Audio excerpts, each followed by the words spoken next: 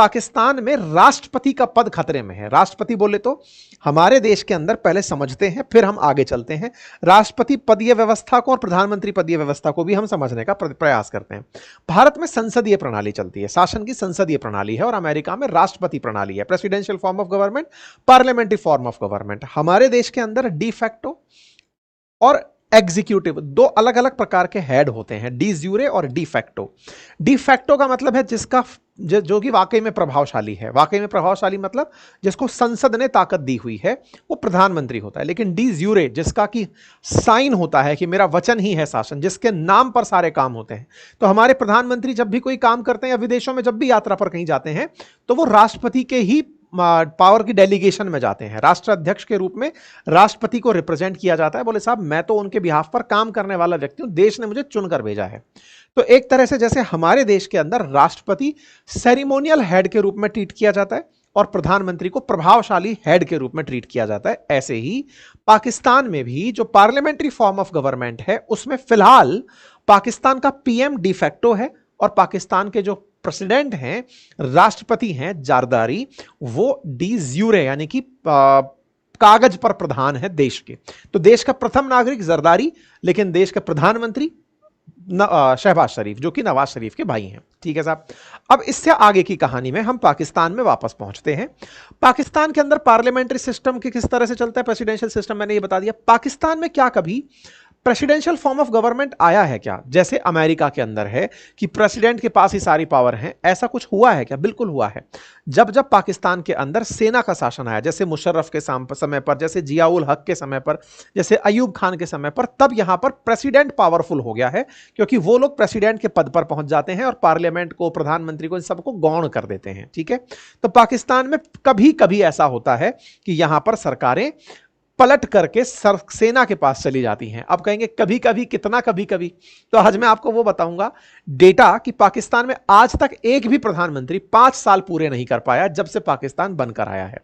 पाकिस्तान में फिलहाल ये हैं आसिफ अली जरदारी, और आप इन्हें नहीं पहचानते तो इन्हें बिलावल भुट्टो के फादर के रूप में पहचान सकते हैं। बिलावल भुट्टो जो कि कहते हुए बयान में पाए जाते हैं कि रात को कौन आता है, तो वो वाले बिलावल भुट्टो। इनके पिता जो हैं आसिफ अली जरदारी, बिलावल भुट्टो बेनजीर भुट्टो से नाम में से भुट्टो शब्द लेकर आए हुए हैं, पिता के नाम से जरदारी। तो ये अपना नाम लिखते हैं बिलावल भुट्टो जरदारी, ताकि जनता ये पहचानती रहे कि ये बेनजीर भुट्टो के बेटे भी हैं और जरदारी के बेटे हैं। मतलब माता पिता दोनों का सरनेम इन्होंने अपने साथ लिया हुआ है। भुट्टो का तो असैसिनेशन हो गया था, उनको तो प्रधानमंत्री मतलब उनकी तो हत्या हो गई थी। जरदारी जो है वो इस समय जो पाकिस्तान के अंदर इन लोगों की एक पार्टी चलती है, पीपीपी पार्टी। जरदारी को पाकिस्तान का सेकंड मोस्ट रिचेस्ट आदमी माना जाता है। मतलब इंटरनेट पर उपलब्ध जानकारी में इनकी जो वेल्थ है वो 1.8 बिलियन डॉलर के अराउंड बताई गई है। तो ये जो जरदारी परिवार है, इस जरदारी परिवार के नए वारिस बिलावल भुट्टो हैं। लेकिन बिलावल भुट्टो की जो राजनीतिक सूझबूझ है उसका बहुत मजाक बनता रहा है। बिलावल भुट्टो ने अपने पापा के लिए राष्ट्रपति का पद मांगा था। कब मांगा था उसके लिए थोड़ा पीछे चलते हैं। हुआ यह था कि वर्ष 2023 में पाकिस्तान में जब इलेक्शन होने वाले थे, असल में हुआ यह था कि 2022 में, अप्रैल 2022 के आसपास इमरान खान को उखाड़कर फेंक दिया गया था। अमेरिका के इंटरफेरेंस से शहबाज शरीफ को सत्ता में लाने के लिए सारा प्रयास हुआ था। लेकिन जब री इलेक्शन हुए तो पाकिस्तान के अंदर जो पीपीपी, पाकिस्तान पीपल्स पार्टी, जो कि बेनजीर भुट्टो, जरदारी, बिलावल भुट्टो, इनकी जो पार्टी है, इस पार्टी ने कोएलिशन कर लिया साथ में मिलकर शहबाज शरीफ के कि हम आपके साथ चुनाव लड़ेंगे, लेकिन हमें कोई बड़ा पद चाहिएगा। बोले क्या पद चाहिए? तो इन भाई साहब ने अपने लिए प्रधानमंत्री का पद ही सोचा हुआ था कि अगर हम सत्ता में आएंगे तो, क्योंकि शहबाज शरीफ के जो बड़े भाई हैं नवाज शरीफ, वो देश से भगोड़े थे, तो उन्हें उम्मीद नहीं थी कि उनकी जो मुस्लिम लीग नवाज जो पार्टी है वो बढ़िया जीत करके आ जाएगी। इनको ये लगता था कि हम बड़ी सीटें लेकर आएंगे तो हम प्रधानमंत्री का पद लेंगे और हम प्रधानमंत्री बनना पसंद करेंगे। इन्होंने अपने लिए पद बांट लिए थे। अच्छा, इनसे जब बाद में कहा गया कि यार तुम एक काम करो, कोई और पद ले लो, फॉरेन मिनिस्टर ले लो, जब सरकार बन करके आई, सीटें थोड़ी कम आई लेकिन बिना इनके सरकार चल नहीं पाती, इनसे फॉरेन मिनिस्टर का, इन्होंने कहा कि नहीं, फॉरेन मिनिस्टर पीपीपी पार्टी के लिए छोटा पद होगा, हम विदेश मंत्री तो नहीं बनेंगे। तो बोले फिर क्या करें? तो बोले एक काम करो, हमारे पिताजी के लिए, पिताजी बोले तो आसिफ अली जरदारी के लिए, बोले उनके लिए राष्ट्रपति का पद दे दो। तो राष्ट्रपति का पद दिया गया उनको, लेकिन यहां पर एक बात अटकी हुई थी, और वो क्या थी इधर तो नवाज शरीफ चाहते थे प्रधानमंत्री बनना और उधर बिलावल भुट्टो जरदारी चाहते थे। तो दोनों के बीच में से फिर सुलह हुई कि आप लोग झगड़ रहे हो कि कौन प्रधानमंत्री बनेगा। तो नवाज शरीफ ने तो अपने भाई शहबाज शरीफ को प्रधानमंत्री कहा कि साहब इनको प्रधानमंत्री बना दो, और बिलावल भुट्टो ने कहा कि आप मेरे पिताजी को राष्ट्रपति बना दो। मतलब चुनाव लड़ाने वाले कोई और थे, नवाज शरीफ थे और भुट्टो थे, लेकिन बना किसी और को दिया गया। ठीक है साहब। तो आसिफ अली जरदारी इस प्रकार से पाकिस्तान के अंदर राष्ट्रपति बनकर आए। ये चर्चा भी खूब हुई कि पापा को अपने को इन्होंने पार्टी का प्रेसिडेंट से निकालकर देश का प्रेसिडेंट बनवाया, ऐसा बेटा था साहब बिलावल भुट्टो। ठीक है साहब। लेकिन इसके बाद क्या हुआ कि धीरे धीरे शहबाज शरीफ के लेकर के काफी सारी दिक्कतें शुरू हुई। बिलावल भुट्टो को पागल प्रूव कर दिया गया। यह कहा गया कि विरासत में राजनीति मिली है इन्हें, ये संभाल पा नहीं रहे हैं, फालतू की बातें करते हैं, इनकी बातों के मतलब मीम्स बनने लगे, इनको एक अच्छा राजनेता वहां पर नहीं माना जाने लगा। ठीक है। इधर शहबाज शरीफ अपने आप को मजबूत करते चले गए। पाकिस्तान के अंदर अब सत्ता के अंदर तीन हेड समझिए। एक तरफ तो डी फैक्टो और डी ज्यूरे मैंने बता दिया, फैक्टो के रूप में प्रधानमंत्री, डी ज्यूरे के रूप में राष्ट्रपति, और ये जो बीच में बैठा प्राणी है आसिफ मुनीर, ये असल मायने में सत्ता चला रहा है। मतलब सेना यहां पर शासन चलाती है, सेना का साथ जिसके साथ है वो सत्ता चलाता है। तो अब सेना इस तरफ सरक जाए या इस तरफ सरक जाए ये इनके हाथ में था, लेकिन ये इनके हाथ में पहुंचा कैसे? कहीं ना कहीं भारत का उसमें बड़ा योगदान है। भारत का जो ऑपरेशन सिंदूर का मामला रहा, उस समय इनके द्वारा जो किए गए क्रियाकलाप थे वो पाकिस्तान में इन्हें हीरो बना गया। शहबाज शरीफ ने इन्हें अपने मुंहपाश में बांध लिया, हम उस पर भी आएंगे। लेकिन फिलहाल के लिए आसिफ मुनीर पाकिस्तान के अंदर फील्ड मार्शल हैं। फील्ड मार्शल होने का मतलब समझिए कि इनके ऊपर भविष्य में कोई भी कार्यवाही नहीं हो सकती, इन्हें एक विशेष प्रतिरक्षा दे दी गई है। सेना के जो जनरल होते हैं, सेना के जनरल से ऊपर का इनको पद देते हुए एक प्रतिरक्षा दे दी गई है कि कल को तुमने अगर कोई अपराध भी कर दिया तो कोर्ट तुम पर कार्यवाही नहीं कर पाएगी। एक तरह का इम्यूनिटी इन्हें प्रदान कर दी गई है। मतलब ये हमेशा के लिए इम्यून हो गए हैं जब तक जिएंगे। तो ये इतने बड़े पद पर फिलहाल पहुंच चुके हैं, आफ्टर रिटायरमेंट भी इनके पास ये इम्यूनिटी रहेगी। तो अब आसिफ मुनीर जो हैं वो इस समय पर इन दोनों के लिए, चाहे जरदारी हो चाहे शहबाज शरीफ हो, इन दोनों के लिए बहुत ज्यादा जरूरी हैं। अब इन दोनों के बहुत ज्यादा जरूरी आसिफ मुनीर ये बात जानते हैं कि जब तुम दोनों मेरे बिना कुछ नहीं हो तो क्यों ना मैं तुम दोनों को ही अपने पास रखूं, रादर देन ये कि तुम मुझे बांटो। मतलब इस फ्रेम में बस इतना सा बदल रहा है कि ये दोनों लोग चाहते हैं कि ये हमारे साथ रहे, ये कह रहा है कि तुम दोनों मेरे लिए काम करो। ऐसे में जरदारी को पागल प्रूव किया जा रहा है। अच्छा, ये कई बार मीडिया रिपोर्ट्स में आ चुका है, जरदारी बहुत बार ये बोल चुके हैं कि जब मैं जेल में था, इनके यहां होता यह है कि जिसकी सत्ता होती है वो दूसरे को जेल टिका देती है, नहीं तो वो देश छोड़ के भागता है। जैसे अभी शहबाज शरीफ की सरकार चल रही है तो इमरान खान को जेल में डाला हुआ है, अगर इमरान खान जेल से बाहर आएंगे तो वो इनको जेल टिकाएंगे। जैसे इनके भाई को जेल टिकाने की बात हुई तो नवाज शरीफ भाग लिए और वो लंदन जाके सेट हो गए। तो कल को अगर इमरान खान बाहर आ गए तो फिर इनको जेल जाना होगा। इनके यहां लगभग विपक्ष जेल में ही रहता है। तो ऐसे में जरदारी ने अपने आप को जब जेल में पाया तो काफी टॉर्चर भी उनके साथ हुआ, और ऐसे टॉर्चर में ये कई बार ये कहते पाए जाते हैं कि मेरे साथ जेल में बड़ी यातनाएं हुई, और इन्हें मेंटल इल के रूप में अपोजिशन मजे लेती है कि ये पागल हो चुके हैं, जेल में इनके साथ बहुत कुछ गलत हो गया था। ऐसे में आसिफ मुनीर इनका पद लेते हुए दिखाई दे रहे हैं। इनका पद लेते ही अगर सेना यहां बैठती है तो प्रधानमंत्री फिर किसी काम का नहीं बचेगा। यही कहा जा रहा है कि पाकिस्तान में, और ये हमारे द्वारा पैदा किया हुआ माहौल नहीं है, असल में इस तरह की चर्चा चल रही है कि विदाउट ए कू पाकिस्तान के अंदर मिलिट्री ने ऑलमोस्ट परमानेंट रूल प्राप्त कर लिया है। बस अब यहां पर तो आगे चलकर ऑफिशियल होने की आवश्यकता है। क्यों? क्योंकि इन्हें सैन्य विशेष अधिकार, कानूनी प्रतिरक्षा और मतलब जो असंवैधानिक हस्तक्षेपों से सुरक्षा आसिफ मुनीर के पास हो चुकी है। अब सवाल यह है, तो इसके लिए क्या तख्ता पलट होगा क्या? मतलब कि एक दिन सेना जाएगी, जाकर के उखाड़ फेंकेगी, जैसे पाकिस्तान में होता आया है। पाकिस्तान में इतिहास पुराना है तख्ता पलट का, 53, 54, 58, 77 कई बार ऐसा हुआ है कि यहां पर तख्ता पलट हुए। आप इससे अंदाजा लगाइए, एक भी प्रधानमंत्री इनका 5 साल पूरा नहीं किया। जैसे सबसे पहले प्रधानमंत्री को तो मार ही दिया गया था, दूसरे प्रधानमंत्री को गवर्नर जनरल ने हटा दिया, तीसरे प्रधानमंत्री को गवर्नर जनरल ने हटा दिया, चौथा जो प्रधानमंत्री आया उसने रिजाइन करना पड़ा, उसके बाद नेक्स्ट वाले को राष्ट्रपति ने हटा दिया, उसके बाद वाले को फिर रिजाइन करना पड़ा, उसके बाद में राष्ट्रपति ने हटाया, उसको फिर ऑफिस से ही निकाल दिया गया, उसको फिर आर्मी चीफ ऑफ स्टाफ ने हटा दिया। मतलब हर किसी को किसी ना किसी ने यहां पर हटाया है। इमरान खान के साथ जो हुआ कि भाई साहब आप तो संसद में अपना वोट प्रूव नहीं कर पाए, इस तरह से इनके साथ चलता आया है। मतलब ये पूरी फहरिस्त है कि कोई भी इनके यहां 5 साल पूरे नहीं कर पाया, प्रधानमंत्रियों को इतना श्राप लगा हुआ है। अब सवाल क्या है कि आसिम मुनीर इतने बड़े व्यक्ति बनकर कैसे आए और इमरान खान हाशिए पर कैसे चले गए? आसिफ मुनीर और इमरान खान का क्या कनेक्शन है, आसिम मुनीर और इमरान खान का? तो देखिए कहानी क्या है। इमरान खान ने जब पाकिस्तान के प्रधानमंत्री थे तब अपनी तरफ से एक लेफ्टिनेंट जनरल थे, इसका नाम था फैज। इस फैज नाम के व्यक्ति को, जो कि आईएसआई का हेड हुआ करता था, इसे अपने साथ मिला लिया था। पाकिस्तान में यह हमेशा से होता आया है, राजनेता अपने हिसाब से अपनी पसंद के लोगों को आर्मी में से पकड़ लेते हैं कि यह आर्मी में अपना आदमी है। तो ऐसे इमरान खान ने फैज को, जो कि आईएसआई चीफ था, उसे अपने साथ कर लिया था। उस समय पाकिस्तान का आर्मी चीफ हुआ करता था, यह लेफ्टिनेंट जनरल था, और जो आर्मी का जनरल था वो बाजवा था। तो फैज ये जो व्यक्ति है, ये वही है जो कि आपको अफगानिस्तान में कईयों बार बैठा दिखा है ना। तो इसको जब इन्होंने अपने साथ मिलाया तो आईएसआई ने इनको सारी गुप्त सूचनाएं दी इलेक्शंस के बारे में, कि आपके बारे में क्या हो रहा है, आपको हटाने की बातें कैसे चल रही है। वो जो साइफर वाला मामला है ना, जिसमें ये कहते हुए पाते हैं कि डोनाल्ड लू ने मुझे हटाने का प्रयास किया, वो आईएसआई की खुफिया जानकारियां थी जो इनके पास थी कि साहब देखो इस तरह से दुनिया में आपको हटाने का प्रयास किया जा रहा है। और देखो खुफिया एजेंसीज को बहुत कुछ ऐसी बातें पता होती हैं जो वो कभी मतलब पटल पे रखती नहीं है, पटल पे रखती हैं तो इस जैसे आदमी को नहीं बताती होंगी, जो आकर के पब्लिक में आके खड़ा होकर कह देता है कि साहब मैं तो, अमेरिका वाले मुझे हटाना चाहते हैं। खैर, इनकी करीबी इनके साथ बढ़ती जा रही थी। यह बात बाजवा को पसंद नहीं आ रही थी। बाजवा को क्यों पसंद नहीं आ रही थी? क्योंकि बाजवा उस समय मिलिट्री चीफ थे यहां पे। अपने जूनियर के साथ प्रधानमंत्री की बढ़ती नजदीकियां बाजवा को खटक रही थी। ऐसे में पाकिस्तान का जो न्यू आईएसआई चीफ था, इस पर आरोप लगा कि तुमने इलेक्शंस में इमरान खान की मदद की है।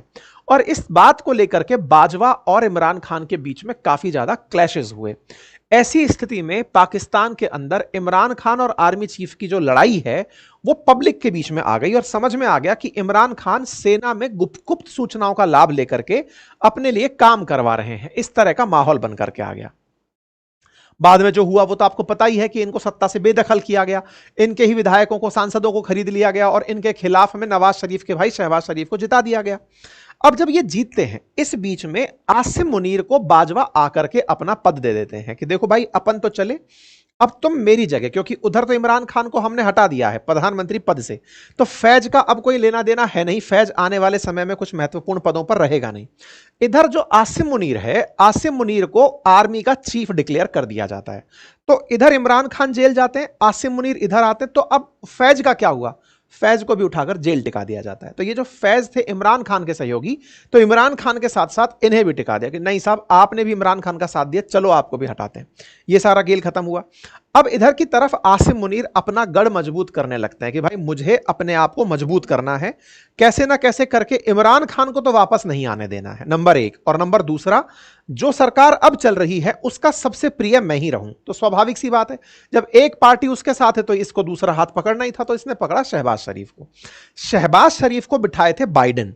तो बाइडेन ने जब शहबाज शरीफ को प्रधानमंत्री बनाया था तो शहबाज शरीफ की प्राथमिकताएं थी कि भाई कैसे ना कैसे करके सत्ता बचानी है, सरकार साथ में रखनी है, सेना के साथ में।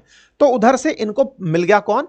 आसिम मुनीर। इंटरेस्टिंग बात यह है कि ये लोग जो डेमोक्रेटिक पार्टी के हैं, जो ये कहते हैं कि हम लोकतंत्र चाहते हैं, तो इन्होंने शहबाज शरीफ को ही मजबूती दी थी कि तुम सरकार चलाओ, सेना की सरकार में हम विश्वास नहीं रखते।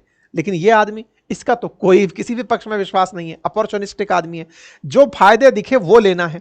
शुरुआत में ये व्यक्ति इमरान खान सपोर्टर माना जाता था और आपको याद भी होगा शुरुआत में हमने इस पर जिक्र भी किया था कि ये चाहते हैं कि वापस से इमरान खान को लाया जाए।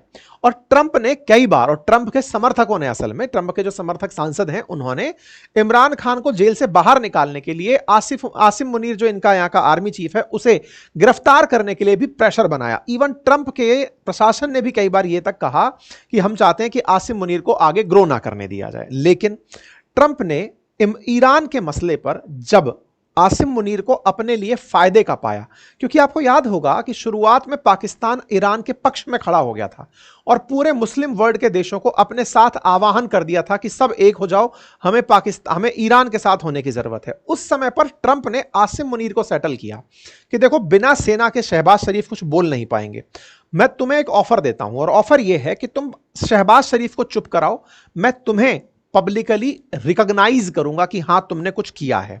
यह काम करने में आसिम मुनीर कामयाब हो गए। इन्होंने ईरान का समर्थन जो पाकिस्तान से था वो रोक दिया। परिणाम क्या निकला? इन्हें इनाम में अमेरिका बुलाया गया। आसिम मुनीर को उठा करके वॉशिंगटन डीसी में डोनाल्ड ट्रंप से मिलवाया गया। ट्रंप ने प्रसन्नता में इन्हें कहा कि देखो, पाकिस्तान में वैसे भी अब क्रिप्टो का बाजार शुरू हो रहा है, तुम जाओ और क्रिप्टो के कर्ता धर्ता बन जाओ। इधर से ये जाते हैं और कहते हैं कि सर हम चाहते हैं कि आपको नोबेल शांति पुरस्कार दिया जाए, आपने भारत और पाकिस्तान का युद्ध रुकवाया था। तो इस तरह से दोनों के बीच में गिव एंड टेक की बात तय होती है। डोनाल्ड ट्रंप जो कि मौका परस्त थे, इमरान खान को भूल जाते हैं, आसिम मुनीर की इज्जत सब जगह बढ़ा देते हैं। पाकिस्तान ने अपनी तरफ से उन्हें नोबेल की बात कही है। मतलब ट्रंप के साथ यह है कि आप इनके सम्मान में अगर 4 चीजें करके आ गए तो वो फिर बदले में कुछ करते जरूर हैं। वही हुआ, नोबेल की बात थी, उधर से इन्हें क्रिप्टो हेड बनाकर भेजा। पर इन्होंने कहा सर क्रिप्टो हेड से काम नहीं चलेगा, कुछ तो ऐसा दीजिए ताकि मैं रहूं कि सत्ता में हूं और आपका काम कर पाऊं। हमने इस पर एक डिटेल सेशन किया था कि ट्रंप ने पाकिस्तान का साथ क्यों दिया, या फिर पाकिस्तान किस तरह से अमेरिका का समर्थन पाने में कामयाब हुआ। जो ट्रंप इमरान खान का साथ रखते थे या देना चाहते थे, वो पलटे कैसे? देखिए, इमरान खान की भी एक कहानी है। इमरान खान जो क्रिकेटर रहे, उनको दुनियादारी की थोड़ी समझ डेवलप हो चुकी थी। समझ डेवलप हो चुकी थी, अंतरराष्ट्रीय मंचों पर भी बढ़िया से वो पाकिस्तान की बात रखने लगे थे, और रखते रखते वो अमेरिका विरोधी हो गए थे और वो रशिया के पक्ष में चले गए थे। तो ट्रंप को कहीं ना कहीं ये डर जरूर है कि अगर ये वापस बाहर आते हैं तो कहीं ऐसा ना हो कि बाइडेन का जिस तरह से इमरान खान विरोध कर रहे थे, कल को मेरा विरोध करते करते रूस के साथ हो लें। जैसे अमेरिका ने मुझे सरकार से हटाया ये कहते हुए फिर कहीं मेरे खिलाफ ना हो जाए, क्योंकि मैं तो कुछ ना कुछ करता ही रहता हूं। ऐसे में इनको साइड में रखते हुए बेस्ट ऑप्शन उन्होंने चुना कि भैया तुम ही निकलकर बाहर आओ, तुम्हारे पास सरकार भी है, सत्ता भी है, तुम्हारे पास सब कुछ है, और मुझे तो केवल फायदा इस चीज से है कि तुम मेरा काम कर पाओगे या नहीं। तो इनका काम था क्या? क्रिप्टो चलवानी थी। बोले साहब मैं बढ़िया से चला लूंगा। बोले चलो अब मेरा आशीर्वाद है। अब इनका जो आशीर्वाद है वो पड़ इन पर भारी गया। क्यों? क्योंकि बाइडेन की पसंद ये थे, बाइडेन की पसंद ये थे और ट्रंप ने इन्हें पसंद कर लिया। अब मुसीबत इनके साथ आ गई कि साहब अब मेरा क्या होगा? क्यों? बोले आपने थोड़े दिन पहले तो मुझ पर आशीर्वाद रखने की बात करी थी। बोले नहीं, ईरान को काउंटर करने में यह आदमी मेरा सहयोग दिया, तो बस ऐसे में मैं आगे सारे काम इससे करा ले जाऊंगा। आने वाले समय में हो सकता है इजराइल को भी मैं इस आदमी से मान्यता दिलवा दूं। बोले करना क्या होगा? बोले जरदारी को हटाओ। जरदारी की क्या कहानी है? मैंने जैसे बताया कि ये पीपीपी का अध्यक्ष है, चेयरमैन रहा हुआ है, बिलावल भुट्टो का बाप है। इस व्यक्ति का इन दिनों चाइना प्रेम बहुत ज्यादा उजागर हुआ है। ये इतना उजागर हो गया कि चाइना ताइवान को एक मान करके ये कहने लग गया कि वो तो एक ही है। तो ट्रंप भी कहीं ना कहीं ये समझने में कामयाब हुए कि जरदारी को हटाने के कारण उपलब्ध हैं। एक तो वो बीमार है, दूसरा चाइना प्रेम है, कह देंगे कि साहब बीमार था इसलिए हटा दिया गया। दूसरी तरफ से बिलावल भुट्टो कह रहे हैं कि मैं पिताजी को नीचे तो ले आऊं लेकिन मुझे प्रधानमंत्री बना दो। तो ऐसे में शहबाज शरीफ प्रधानमंत्री का पद बचा पाएंगे या भुट्टो उस प्रधानमंत्री के पद को ले जाएंगे? क्योंकि आसिम मुनीर ने राष्ट्रपति का पद दिमाग में बिठा लिया है।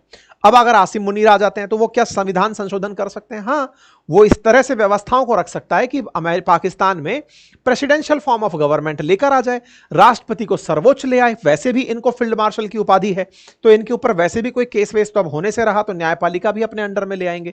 तो कुछ इस तरह से आसिम मुनीर के सारे के सारे समीकरण बनते जा रहे हैं। अब सवाल बनता है ये केवल कयास है समीकरण बनने का, कुछ रियलिटी है? बिल्कुल है।